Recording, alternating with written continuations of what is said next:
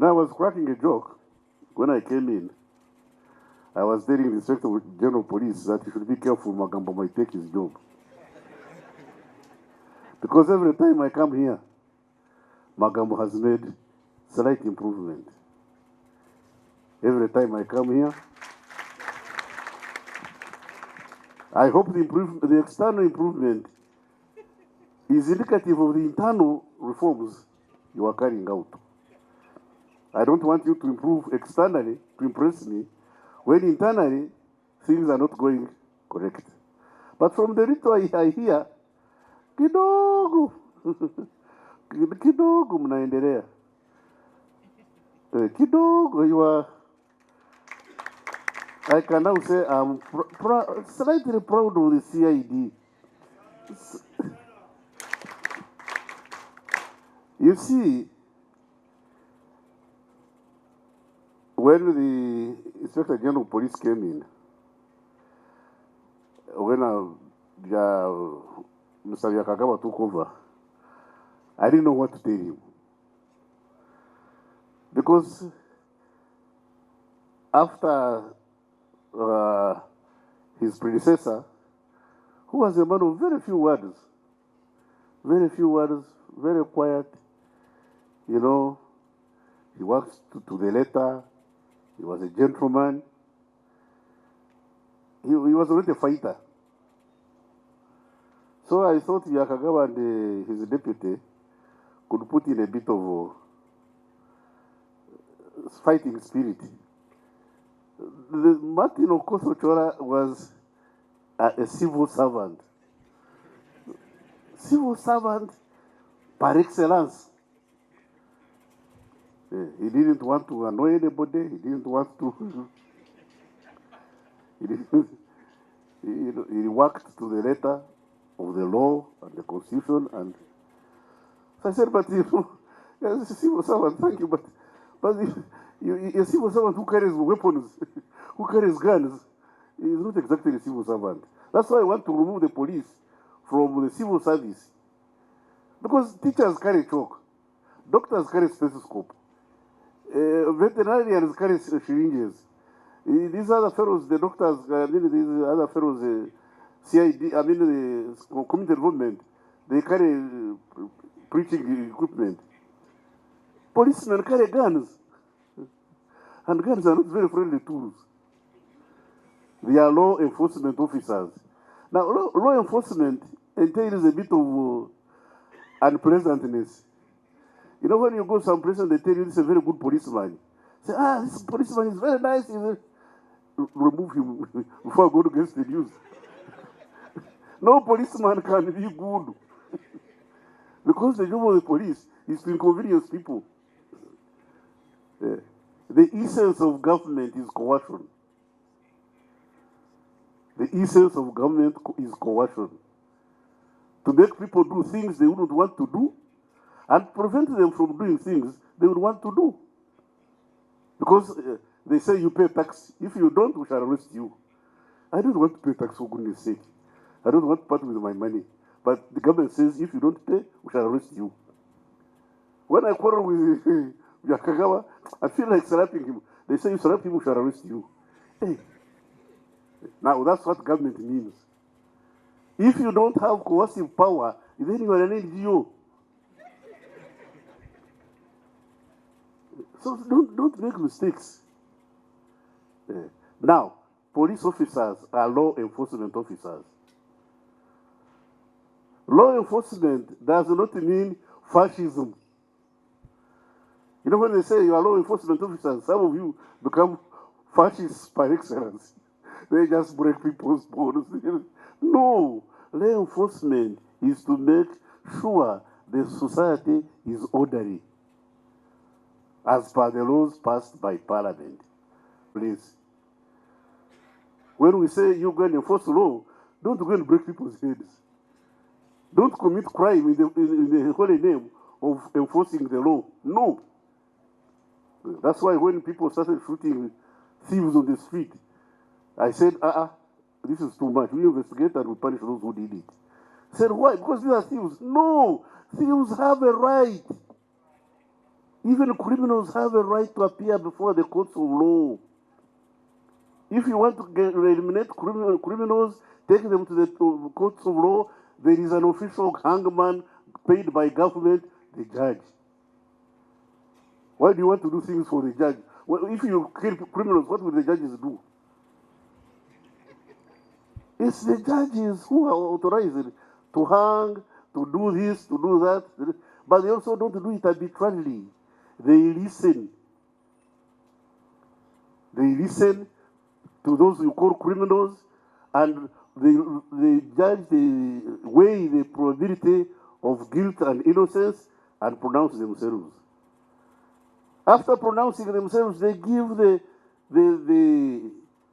offender opportunity to appeal. The offender appeals. If the appeal is rejected, the offender is given an opportunity to go to the Supreme Court. When the Supreme Court says, these things you must have done, then they say either you hang until you are dead, or you go and stay the rest of your miserable life in prison. That's the job of the courts of law, not the job of the police. The police is supposed to apprehend those who offend the law. Apprehend and bring before the courts of law. I want to repeat, apprehend and bring before the courts of law. Don't do the judge's job. And ensure there is law and order. Prevent these ones who are making noise, and when they go to the street and start making trouble, you push them off the road, because we don't pave roads for demonstrations. We pave them for transport.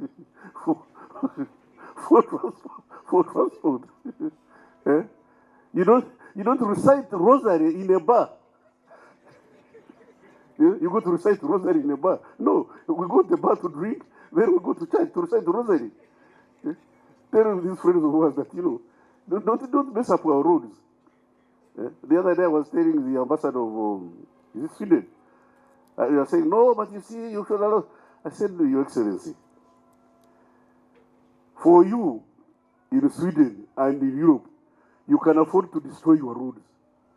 You can afford to destroy your buses. You have enough. For us, the road you are saying that we should allow these people to ban is on credit. The road is on credit. Now, when we allow these fellows to ban the road, we have to come to you to ask for credit to repair the road when we have not paid for the initial sum. So I said, that one we don't agree. Anybody who goes to destroy a road, I destroy him. I beat him up. Yeah. So we should, but in the process of enforcing law, we should desist from fascist conduct. Enforcing the law does not mean you are fascist.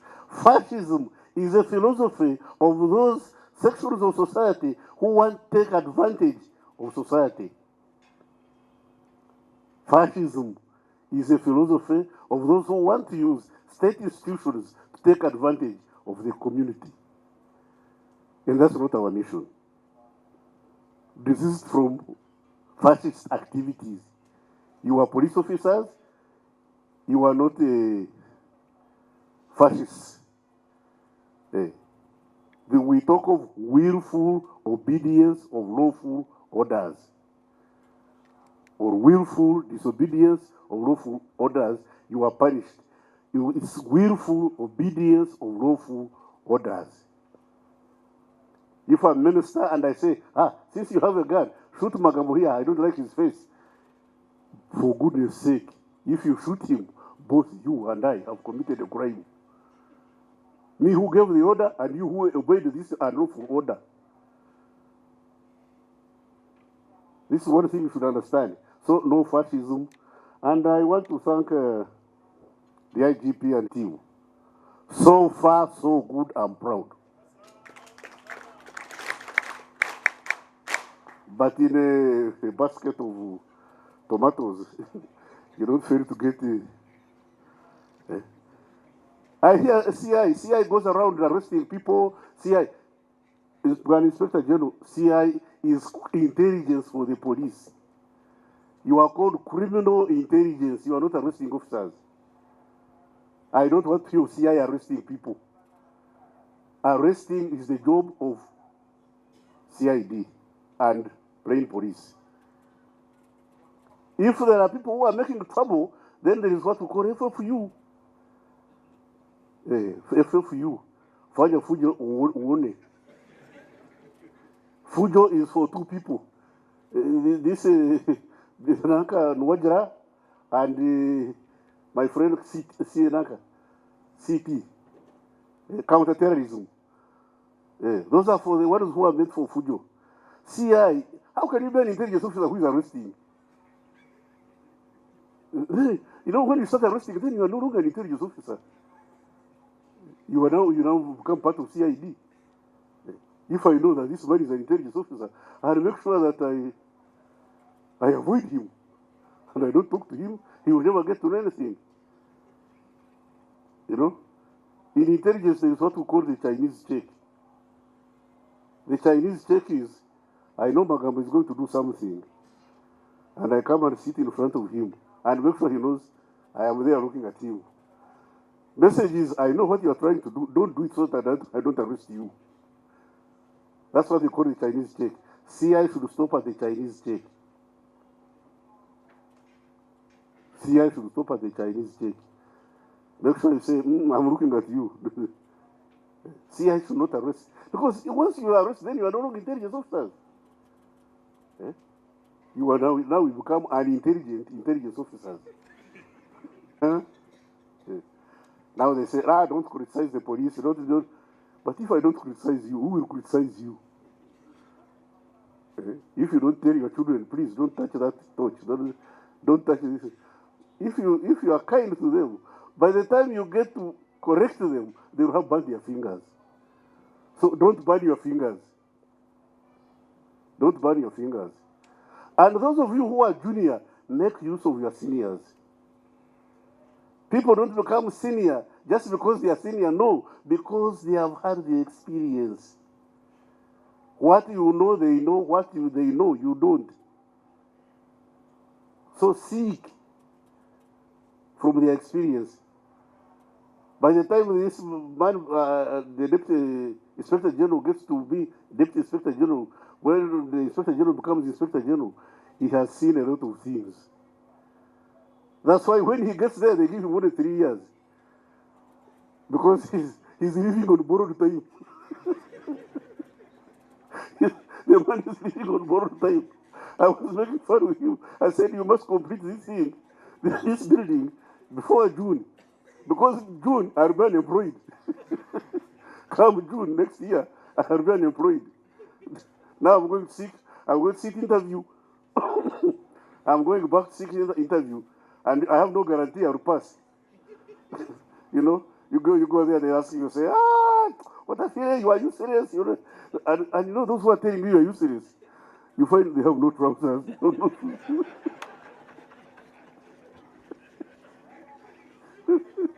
You've done nothing. Yes, I've done nothing for the community. But what have you done for yourself? You can't even remove the jiggers from your feet. No, you're telling them, okay, these are my bosses, my interviewers, and I respect them. So when they say, I say, yes, sir. Yes, sir. Dear Fundy. They say we can send you back. Sometimes they don't even know why they are sending you back. Yes, of course, you get those who are intelligent, who will question you, who want to see movement. That, like I've said, every time I come here, I find Magamo has done something different. If you are a leader, make sure you make a footprint. Make sure you leave a footprint. Don't pass like a shadow. You know, when there is rain, grass sprouts. When there is sunshine, grass dries.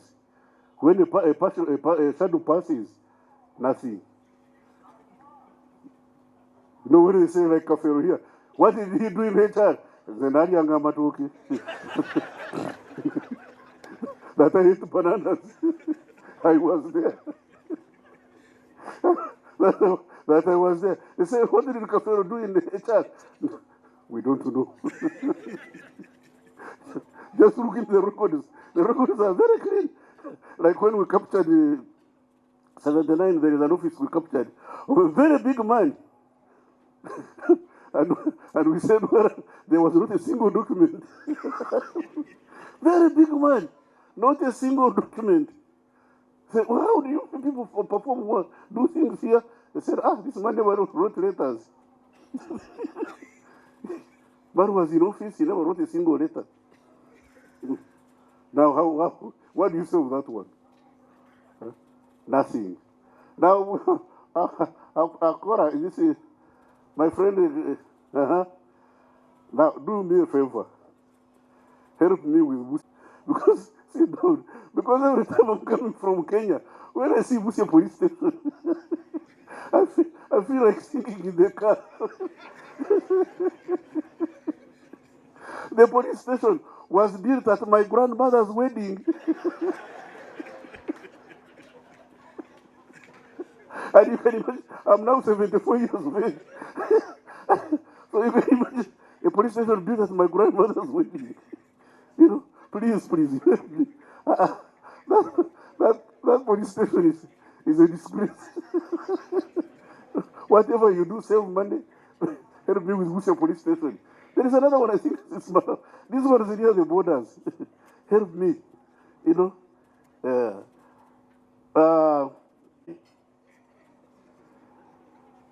I am glad you've taken steps to improve your housing situation at Naguru. But you are building for 1,400, 200 people, officers. The police is 54,000. So if you are building for 1,000 every year, you need 54 years.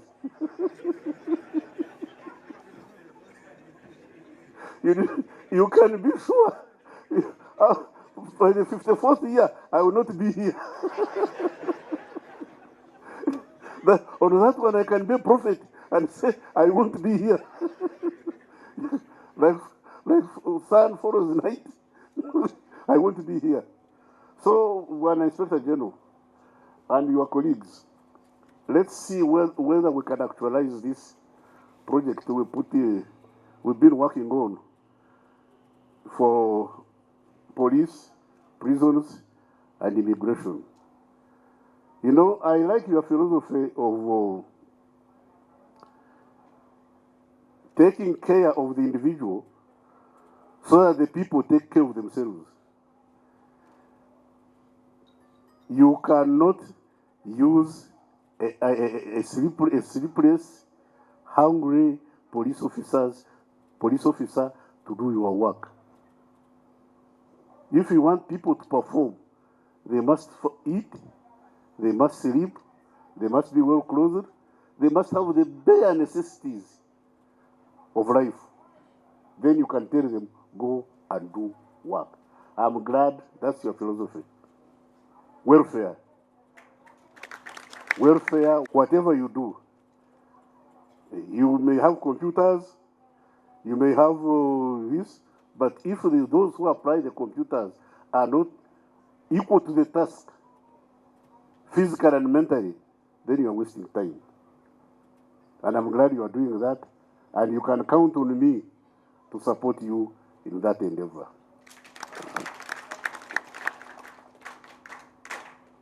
Finally, I can presently say that although I still have about 1 year to go, I'm leaving behind a police force that is kidogo.